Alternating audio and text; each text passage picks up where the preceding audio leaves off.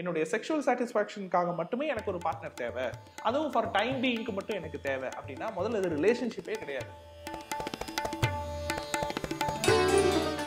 144 combination பொருந்தணும் அப்படின்னா இந்த உலகத்துல யாருமே கல்யாணம் பண்ண முடியாது. அப்படி பார்த்தா நீங்க வந்து கல்ச்சர் அப்படின்ற ஒரு விஷயத்தை மதிக்கலன்னா பெரியப்பா பசங்களே கல்யாணம் பண்ணிக்கலாம்.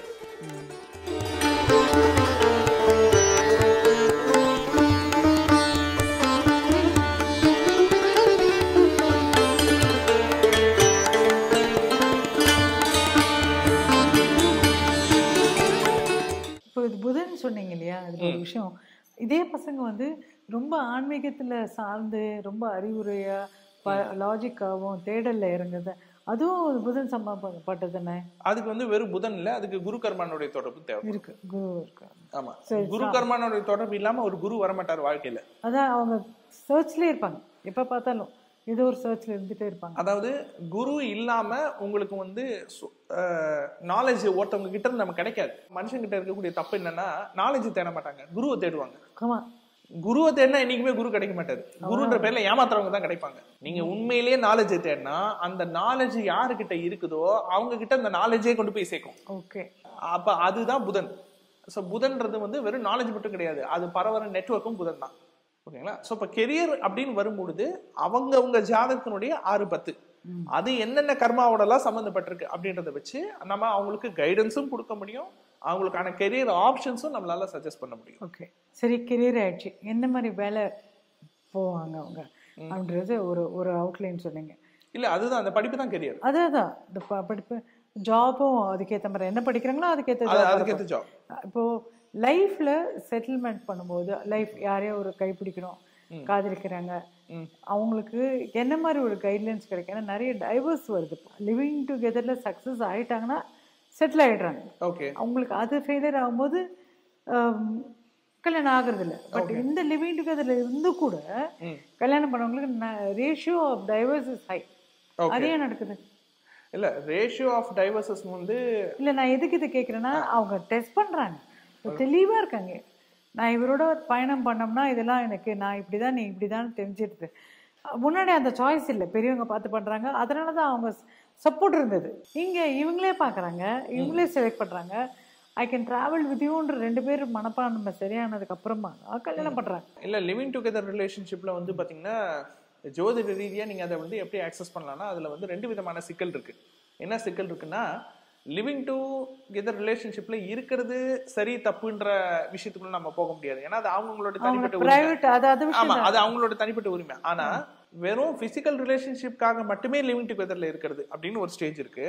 இன்னொன்னு, கல்யாணம் பண்ணிக்க வேண்டாம் but we can raise a family அப்படின்னு இருக்கு. குழந்தை பெத்துக்கலாம், குழந்தைக்கு வந்து நம்ம வந்து பயாலஜிக்கல் ஃபாதர் பயாலஜிக்கல் மதர் அப்படின்ற ஒரு அடையாளத்தோட குழந்தை வளரட்டும். ஃபியூச்சர்ல நமக்கு வந்து ஏதாச்சும் கெரியர் டிராவல் இருக்கு, எனக்கு தனிப்பட்ட ஜேர்னி இருக்கு அப்படின்னா ஒருத்தர் இல்லைனாலும் இன்னொருத்தர் வந்து குழந்தைய பாத்துக்கலாம் அப்படின்ற ஒரு அண்டர்ஸ்டாண்டிங்கோட லிவிங் டுகெதருக்குள்ள நுழையிறாங்க. பாத்தீங்களா? அப்பதான் 7ஆம் பாவமே பேசும். லிவிங் டுகெதர்னு சொல்லிட்டு நான் வந்து வெறும்னே பிசிக்கலா மட்டுமே ஒரு லஸ்ட் ரீதியா நான் வந்து ஜாலியா இருக்கணும் அப்படின்றதுக்காக நான் லிவிங் டுகெதருக்குள்ள நுழையிறேன் அப்படின்னா it is just lost. It is just a sexual contact. அவ்வளவுதான். அப்போ வந்து 7ஆம் பாவமே பேசாது, அது வந்து வெறும் 5ஆம் பாவம் தான். நீங்க ஒரு ரிலேஷன்ஷிப்ல எந்த அளவுக்கு நீங்க வந்து எவ்வளவு வருஷம் ஒரு ரிலேஷன்ஷிப்ல நீங்க சஸ்டைன் ஆகி இருக்கிறீங்க அப்படின்றது அந்த ரிலேஷன்ஷிப்பை பொறுத்து இல்ல, அந்த ரிலேஷன்ஷிப் கிட்ட நீங்க எந்த அளவுக்கு பாண்டிங்கோட இருக்கிறீங்க அப்படின்றத பொறுத்து இருக்கு. லிவ்ன்றது என்ன ப்ரொசீஜர் மட்டும் இல்ல. அதாவது மோதிரம் மாத்திக்கல, தாலி கட்டிக்கல, ஓகேங்களா, ரெஜிஸ்டர் பண்ணல, ஆனா ஹஸ்பண்ட் ஒய்ஃபா வாழ்றோம். That is called live in. அபிஷியலா இல்ல, ஊர் உலகத்துக்கு நாங்க அறிவிக்காம ஹஸ்பண்ட் ஒய்ஃபா வாழ்ந்துக்கிறோம். இந்த அண்டர்ஸ்டாண்டிங் சொல்றது, இந்த வேர்டு, இந்த டேர்ம் லிவிங் டுகெதர் சொல்றது பெட்டர் அண்டர்ஸ்டாண்டிங். அவங்க எங்களை வந்து திருப்பி என்ன சொல்றாங்க, உங்களை மாதிரி நாங்க கஷ்டப்படுறதுக்கு ரெடியா இல்ல, சாக்ரிஃபைஸ் பண்ண ரெடியா இல்ல, we don't have time for all this. அப்ப அது லிவினே கிடையாதுன்னு சொல்றேன். லிவின் அப்படின்னா என்னன்னா நீ சரி நான் சரி அப்ப சரி அது ஓகேங்கம்மா. லிவின் அப்படின்னா என்னன்னா ஹஸ்பண்ட் ஒய்ஃபா வாழலாம், ஆனா ஊருக்காக ஹஸ்பண்ட் ஒய்ஃபா வாழக்கூடாது. ஒண்ணு. ரெண்டாவது, ஊரறிய நம்ம ஹஸ்பண்ட் ஒய்ஃப்ன்றதை டிக்ளேர்லாம் பண்ணல, அபிஷியலாவும் டிக்ளேர் பண்ணல, மாரலாவும் டிக்ளேர் பண்ணல, சடங்கு சம்பிரதாயம் வச்சு எல்லாருக்கும் நாங்க ஹஸ்பண்ட் ஒய்ஃப்ன்றதை டிக்ளேர் பண்ணல, லீகலா ரெஜிஸ்டரும் பண்ணல. கரெக்ட். வெறும் நம்ம ஹஸ்பண்ட் ஒய்ஃப்ன்றது உனக்கு எனக்கு தெரிஞ்சா போதும். வேணா குழந்தை பெற்றுக்கணும்னா எப்போ குழந்தை பெற்றுக்கணுமோ பெற்றுக்கலாம்.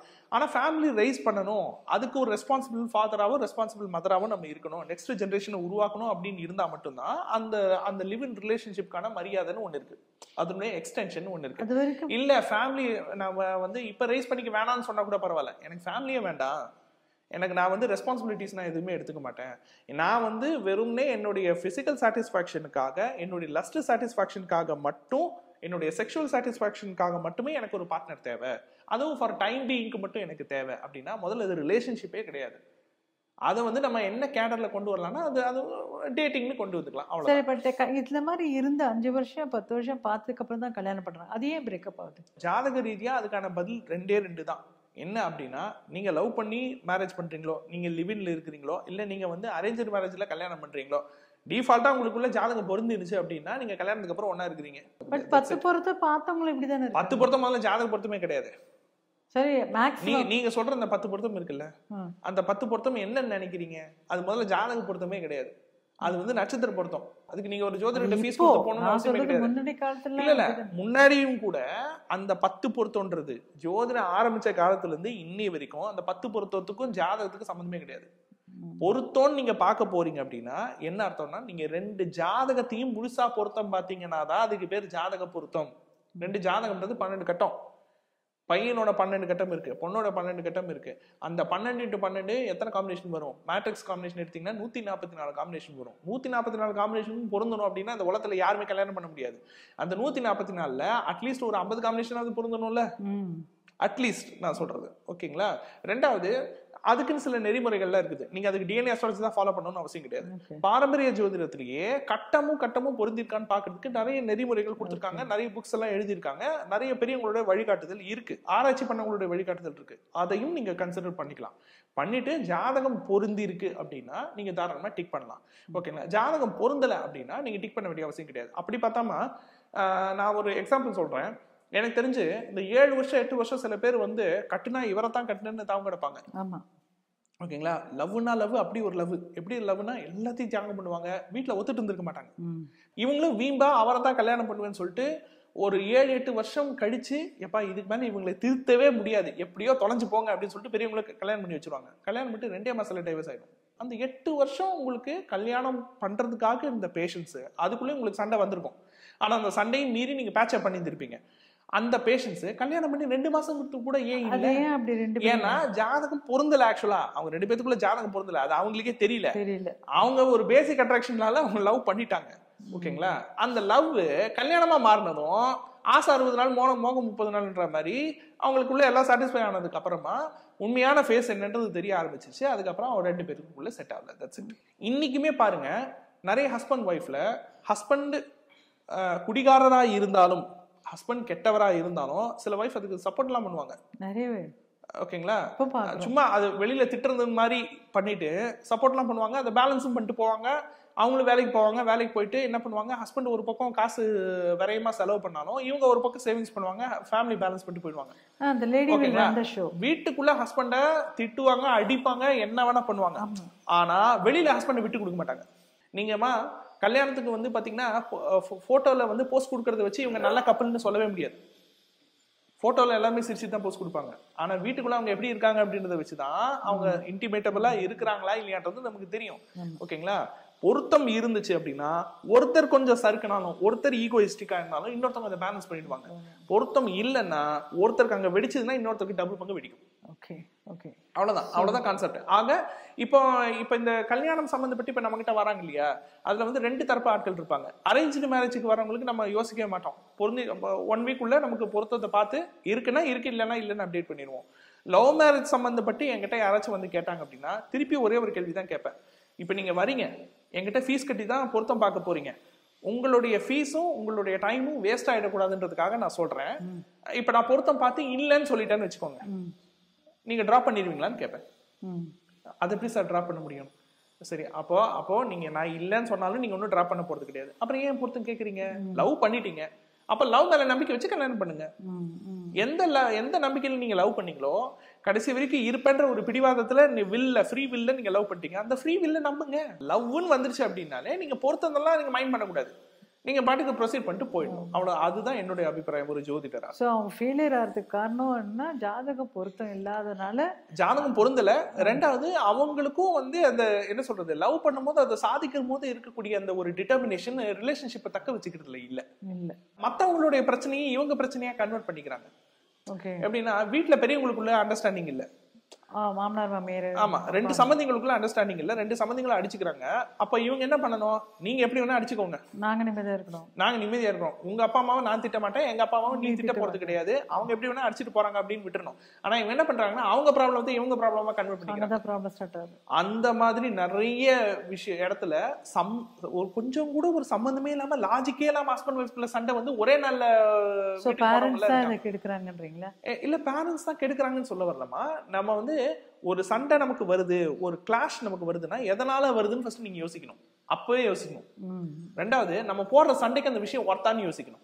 கரெக்ட் தானே? ஒண்ணுமில்லாத விஷயத்துக்கு அடிச்சுக்கிறதுக்கு அது அது ஒரு அதிகபட்சம் அந்த விஷயம் வந்து ஒரு நாள் மைண்ட்ல இருக்குமா, 2 நாள் மைண்ட்ல இருக்குமா? ஆனா நீங்க போட்ட சண்டைனால வந்த விளைவு ரிலேஷன்ஷிப்பே பிரேக் ஆயிடுச்சே.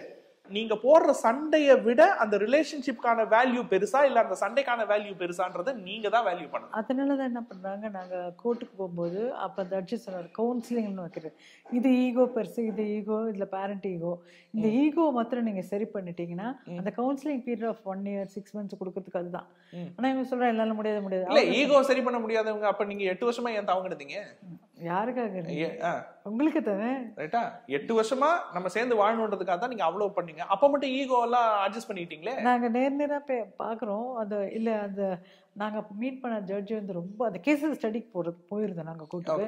அந்த ஜட்ஜ் வந்து ரொம்ப கிளியரா சொல்றது, பாருமா, நீ லவ் பண்ண, நீ கல்யாணம் பண்ண, பிள்ளைங்க என்ன பாவம் பண்ணுச்சு, நீங்க 2 பேரும் யாருக்காக இல்ல, அது பிஞ்சு முகங்க, இங்க 6 மாசம் அங்க 6 மாசம் அதுக்குன்னா எடுத்து நாளைக்கு கொள்ளக்காரன் திருடுறேன் அவன் சைக்கலாஜிக்கல் ப்ராப்ளம் வந்து நாட்டுக்கு ஒரு நல்ல சிட்டிசனோ நல்ல பிள்ளையோ நீ வளர்க்கல, நீங்க 2 பேர் பண்ற தப்புல அந்த குழந்தை தப்பா வளருது. அப்புறம் அது பிடிக்குது, இதை பிடிக்குது, இது பிடிக்குது, அது ஒண்ணு. ரெண்டாவது, நீங்க சொல்ற அந்த லிவ் இன் ரிலேஷன்ஷிப் மூலியமாக பிறக்கக்கூடிய குழந்தைகள் என்னதான் அவங்க பயாலஜிக்கல் பிள்ளைகளாக இருந்தாலும் ஒரு லெஜிட்டிமேட் சைல்டுக்கு கிடைக்கக்கூடிய உரிமைகள், சட்டப்பூர்வமா கிடைக்கக்கூடிய உரிமைகள் வேற, இன்னைக்குமே ஒரு இல்லெஜிட்டிமேட் சைல்டுக்கு சட்டப்பூர்வமா கிடைக்கக்கூடிய. ஏன்னா அந்த இனிஷியல் போடும்போது ஃபாதர் சர்டிபிகேஷன் கேட்பாங்க இல்ல, மேரேஜ் சர்டிபிகேட் எல்லாமே. அப்போ அந்த லெஜிட்டிமசி அப்படின்ற ஒரு விஷயம் அடிவாங்காம பாத்துக்க வேண்டியதும் அந்த லிவ் இன் ரிலேஷன்ஷிப்ல இருக்கவங்களுடைய கடமை. சோ ப்ராப்பரா கல்யாணம், ஏன்னா வந்து குழந்தை பெத்துக்கிறதுக்கு முன்னாடி பெத்துக்கலாமா வேண்டாமான்னு டிசைட் பண்ற வரைக்கும் அது அவங்களோட உரிமை. ஆனா ஒன்ஸ் குழந்தை கரு உருவாகிடுச்சு, பிறந்துடுச்சுன்னா அதுக்கப்புறம் அவங்களுக்கு சாய்ஸே கிடையாது, அவங்க வளர்த்து தான் ஆகணும். Because they are the biological father and mother. அதான் சொல்ல வரேன். அப்பனா ப்ராப்பரா கல்யாணம் பண்ணி சேர்றதுதான் நம்ம இந்தியன் கல்ச்சருக்கும் நம்ம கல்ச்சருக்கு செட் ஆகும். அத கல்ச்சர்னு மட்டும் நம்ம அடக்க வேண்டாம். அதுல வந்து எப்படின்னா, நீங்க வந்து எல்லாரும் நம்ம என்ன பண்ணிடுவோம்னா, கல்ச்சர்னு பேசணும்னா உன்னை பிற்போக்குத்தனமா பேசணும்னு நினைச்சுப்பாங்க. நான் என்ன சொல்றேன்னா, ஒரு ஒழுங்குன்னு ஒண்ணு இருக்குல்ல. ஓகே, ஃபேமிலின்றது என்னது? It is a structure. ஓகேங்களா? ஒரு அப்பா அம்மாக்கு 2 குழந்தைங்க பிறப்பாங்க. ஓகேங்களா? அந்த 2 குழந்தைங்கள்ல 2மே வந்து பெண் குழந்தைங்களா இருக்கு. ஒரு 3 குழந்தைங்க இருக்காங்க. அந்த 3 குழந்தைங்கள 2 பெண், ஒரு ஆண் அப்படின்னா 2 அந்த பெண் பிள்ளைகளுக்கு பிறக்கிற பிள்ளைகள் வந்து அண்ணன் தங்கச்சின்னு ஃப்ரேம் பண்றாங்க. ஆணுக்கு பிறக்கிற குழந்தைக்கும் பெண்ணுக்கு பிறக்கிற குழந்தைங்க மட்டும் முறை பண்ணுன்னு ஃப்ரேம் பண்றாங்க. இப்ப ஏன் பண்ணிருப்பாங்க? அதுக்கு மெடிக்கல் ரீசன்ஸும் உண்டு. அந்த காலத்துல அவங்க அதை ஃபாலோ பண்ணி வச்சிருக்காங்க. அப்போ இது எல்லாமே ஒரு ஃபேமிலி ஸ்ட்ரக்சர்னு உருவாக்கி வச்சிருக்காங்கல்ல, ஒரு ஒழுங்குன்னு ஒண்ணு இருக்குன்னு. அப்படி பார்த்தா நீங்க வந்து கல்ச்சர் அப்படின்ற ஒரு விஷயத்த மதிக்கலன்னா பெரியப்பா பசங்களே கல்யாணம் பண்ணிக்கலாமே. யார் தடுத்தா உங்களை? நீங்க எல்லாத்துக்கும் முற்போக்குத்தனம்னு நீங்க பேசுனீங்கன்னா எல்லாத்தையுமே உடைச்சிடலாமே. ஆனா இன்னைக்கு ஃபேமிலியில அதெல்லாம் உடையாம தானே இருக்கு. அப்போ அங்க வந்து ஒரு ரெஸ்ட்ரிக்ஷன் ஒண்ணு இருக்கு பாருங்க. அந்த ரெஸ்ட்ரிக்ஷன் தானே அந்த ஸ்ட்ரக்சரை மெயின்டைன் பண்ணுது. ஓகேங்களா? எந்த ரெஸ்ட்ரிக்ஷனுமே இல்ல, நீ பாட்டுக்கோ இஷ்டத்துக்கு போ இஷ்டத்துக்கு வா அப்படின்னா முதல்ல அது ஃபேமிலின்ற ஸ்ட்ரக்சருக்குள்ளே வராது. முதல்ல ஃபேமிலின்ற ஸ்ட்ரக்சருக்குள்ளே வராது. ஜெனட்டிக்கலாவே ஒரு ஒழுங்கு இருக்காது.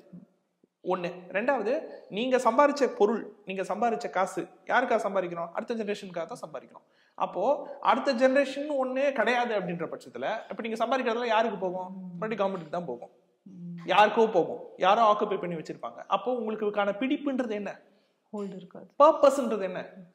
நீங்க வந்து பிசினஸ்ல ரொம்ப சக்சஸ்ஃபுல்லான பர்சனா நீங்க இருக்கிறீங்கம்மா, ஓகே, அவார்ட்லாம் வாங்குறீங்க, வீட்டுக்கு வந்தா தண்ணி கொடுக்க ஆள் இல்ல, நீங்க வந்து கெரியர்ல சக்சஸ்ஃபுல்லான பர்சனா இருந்து என்ன பிரயோஜனம்? Personal life is zero. யார்கிட்ட ஷேர் பண்ணுவீங்க நீங்க? அத வீட்டுக்கு வந்தா வந்து என்ன பாருன்னு சொல்றதுக்கு புள்ள இல்ல, சாப்பிட்டீங்களான்னு கேட்கறதுக்கு வைஃப் இல்ல, கணவன் இல்ல, யாருமே இல்லை, நீங்க ஒரு சிங்கிள் பர்சன். அப்ப நீங்களே ஒரு தனி உலகமா இருக்கிறீங்க. அப்ப மனதளவுல உங்களுக்கு என்ன ஆகும்? அப்ப சைக்காலஜிக்கல் இம்பாக்ட் எப்படி இருக்கும்? மெஷின் மாதிரி ஆயிடுவீங்க.